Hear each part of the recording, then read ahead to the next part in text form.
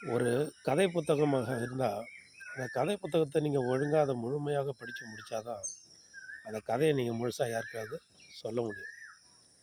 அதேபோல எந்த ஒரு வரலாற்று புத்தகமாக இருந்தாலும், ஒரு வரலாற்று பின்னணிய கொண்ட ஒரு புஸ்தகமாக இருந்தாலும், ராமாயணம், மகாபாரதம் அல்லது வேத புஸ்தகத்தில கர்த்தரை குறித்து, அல்ல கதை புஸ்தகங்கள் தெனாலிராமன் கதை, இப்படி ஏதாகிலும் ஒன்றை நீங்க முழுமையாக படித்தால் தான், அதில உள்ள எல்லாவற்றையும் நீங்க தெரிந்து கொள்ள முடியும், அறிந்து கொள்ள முடியும், புரிந்து கொள்ள முடியும். மற்றவர்களுக்கு அதை குறித்து நீங்க விளக்க முடியும். மற்றவர்களுக்கு நீங்க சொல்ல முடியும்.